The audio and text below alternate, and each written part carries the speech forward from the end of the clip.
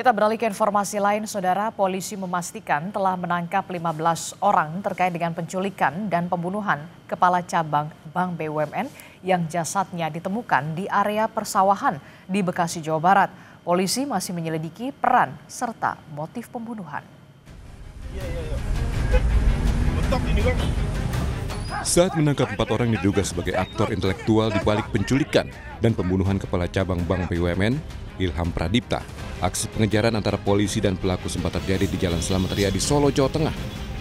Sementara 1 pelaku ditangkap di kawasan PIK, Jakarta, dan sebelumnya 4 pelaku yang merupakan eksekutor ditangkap di kawasan Johar Baru, Jakarta, dan 1 di bandara di wilayah NTT saat dalam pelarian. Kabid Humas Polda Metro Jaya, Kombes Ade Adi memastikan dari 15 orang yang ditangkap, 6 orang ditangkap Subdit Resmob, sementara 9 lainnya ditangkap Subdit Jatanras. 15 orang yang diamankan, ya.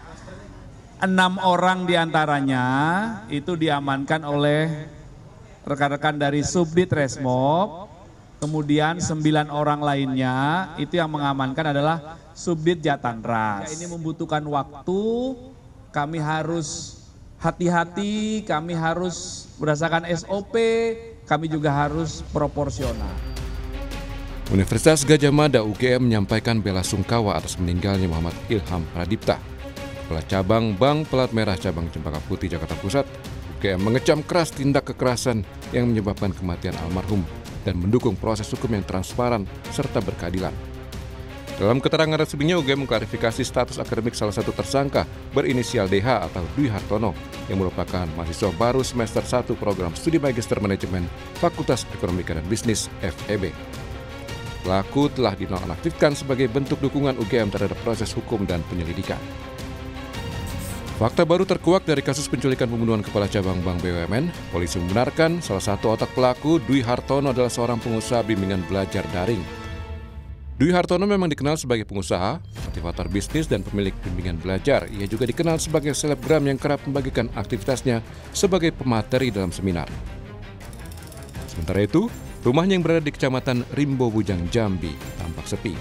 Warga tak menyangka sosok pelaku dikenal sebagai orang akrab dengan warga dan sempat mau maju pilkada. Sepengetahuan kami pernah untuk periode 2024-2029, namun beliau tidak jadi ya untuk melanjutkan sebagai calon bupatinya. Sementara itu, kuasa hukum salah satu pelaku penculikan Kepala Cabang Bank BUMN bilang ada 3 klaster dalam peristiwa ini, mulai dari pengintai, penjemputan paksa, hingga eksekutor. Dia bilang kliennya hanya berperan dalam penjemputan paksa dan tidak terlibat dalam eksekusi yang merenggut nyawa korban. Mereka mengantar itu, mereka juga dalam tekanan. Dan mereka salah satu terduga penjemputan paksa ini menyampaikan ke keluarganya bahwa mereka memang baru diperintahkan untuk membuang jenazah. Jadi peran mereka itu sampai di situ. Hingga saat ini 15 pelaku kasus pembunuhan Kepala Cabang Bank BUMN masih diperiksa dan polisi belum mengungkap motif dan peran masing-masing pelaku. Tim Liputan Kompas TV.